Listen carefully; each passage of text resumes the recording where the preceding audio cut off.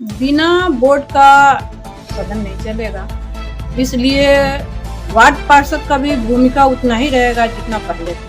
मैं अपने काम को आगे बढ़ाते हुए बिजली, बत्ती और शौचालय, सामुदायिक शौचालय, प्रधानमंत्री का जो आवास योजना है उस पर बहुत सारा काम किए। कुछ ही वार्डों में हुआ है, सभी वार्डों में नहीं हुआ। सभी वार्डों में नहीं हुआ, नहीं, सक्सेस नहीं कर रहा। सक्सेस नहीं कर रहा है। नहीं, विरोधी लोग विरोधी होते हैं, उनका काम है कहना और मेरा काम है काम को करना, आगे बढ़ाना। बड़े बड़े पंप लगाए गए थे हाजीपुर सड़कों पे, जिसका डायरेक्ट पानी का फ्लो कहीं नदी पे तो कहीं मरमल्ला चौर में। बड़े बड़े पंप लगाए गए थे हाजीपुर सड़कों पे, जिसका डायरेक्ट पानी का फ्लो कहीं नदी पे तो कहीं मरमल्ला चौर में। रात को दिन में तब्दील करने का इन्होंने काम किया। चाहे आप सोनपुर पुल से लेकर सोनपुर पुल के और हाजीपुर के बीच में देखिएगा तो वैसे ही लाइटिंग की व्यवस्था पटना गांधी सेतु पर नहीं है।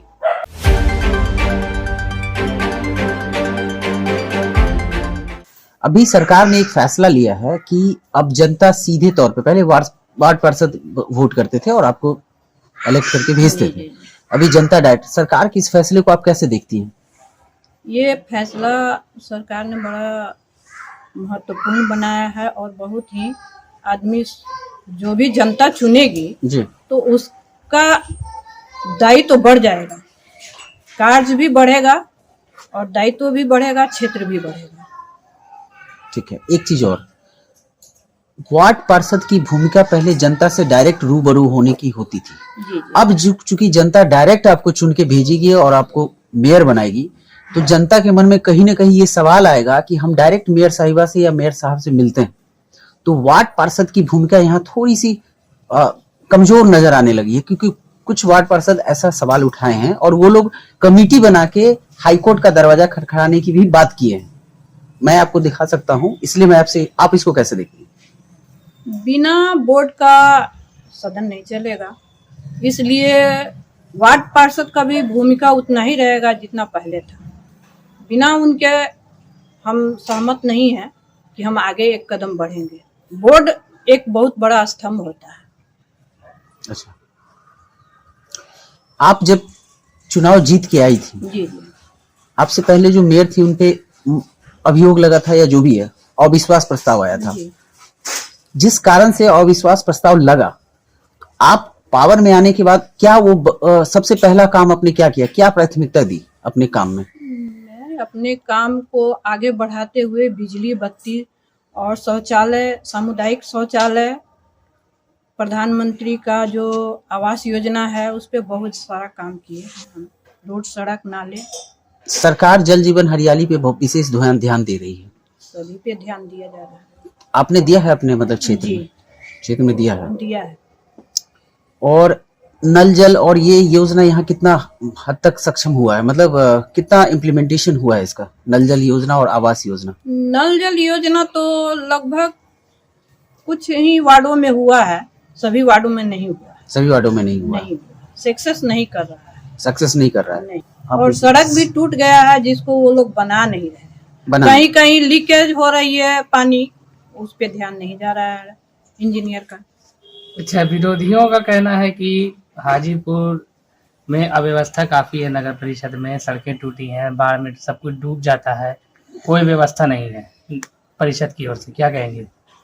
परिषद की ओर से काफी व्यवस्था हुई है, इसमें अगर विरोधी लोग विरोधी होते हैं, उनका काम है कहना और मेरा काम है काम को करना, आगे बढ़ाना। जहाँ तक आपने अभी पूछा सवाल एक मेरी माता जी से कि बीते वर्ष जो भी बाढ़ आया उसमें विरोधियों का कहना था कि हाजीपुर नगर परिषद विफल रहा या फिर उनके अपेक्षा अनुसार नहीं। तो कुल 137 या 100 एग्जैक्ट आंकड़ा थोड़ा सा आगे पीछे हो सकता है, कुल 137 अराउंड बड़े बड़े पंप लगाए गए थे हाजीपुर सड़कों पे, जिसका डायरेक्ट पानी का फ्लो कहीं नदी पे तो कहीं मरमल्ला चौर में डायरेक्ट थ्रो किया जाता है, जो कि हाजीपुर में पहली बार ऐतिहासिक रहा। और इसका रिपोर्ट आप जनता से बेहतर होगा, विरोधियों से जनता से बेहतर होगा कि जनता से पूछा जाए। इसके साथ साथ आपको बता दें कि जो सेफ्टी टैंक होता है, जो टैंक जो घर के सेप्टिक को क्लीन करने की काम करते हैं, तो उसके उससे माध्यम भी- से भी लगातार बहुत जोर शोर से काम किया गया है।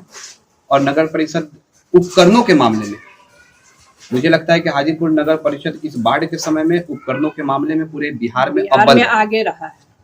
अव्वल रही है।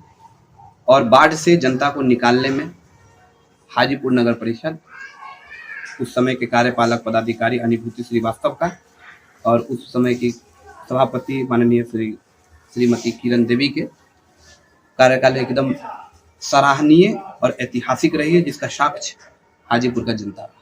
अच्छा, आपकी माता जी के कार्यकाल में क्या उपलब्धि रही विशेष? जनरल काम तो होता रहता है। जनरल काम, नगर परिषद एक छोटा संस्था है और नगर परिषद का विशेष केंद्र साफ सफाई और सैनिटाइजेशन होता है, साफ सफाई का। लेकिन मेरे माता जी के कार्यकाल में एक चीज बेहतर आपको नजर आया कि रात को दिन में तब्दील करने का इन्होंने काम किया। चाहे आप सोनपुर पुल से लेकर सोनपुर पुल के और हाजीपुर के बीच में देखिएगा तो वैसे ही लाइटिंग की व्यवस्था पटना गांधी सेतु पर नहीं है, जिसको मैं चाहूंगा कि आप लोग जाकर के उसके भी साक्ष्य आप लोग स्वयं बने। दूसरी बात कि हाजीपुर की तमाम चौकों पर हाई मास्ट एलईडी लाइट का व्यवस्था किया गया। जो चौक उतने भी बड़े नहीं थे उनको चौक बनाने का काम किया गया। जैसे कि यहाँ पर जगदम्बा स्थान, वहां पर पहले मार्केटिंग उतने बेहतर तरीके से नहीं होती थी जितने बेहतर तरीके से लाइट लगने की वजह से हुई। लाइट लगने से सेफ्टी हुआ तो तमाम लोग वहां पर जा करके अपना फल वल बेचने का काम करना शुरू किए, तो वहां पर भी एम्प्लॉयमेंट स्टार्ट हुआ।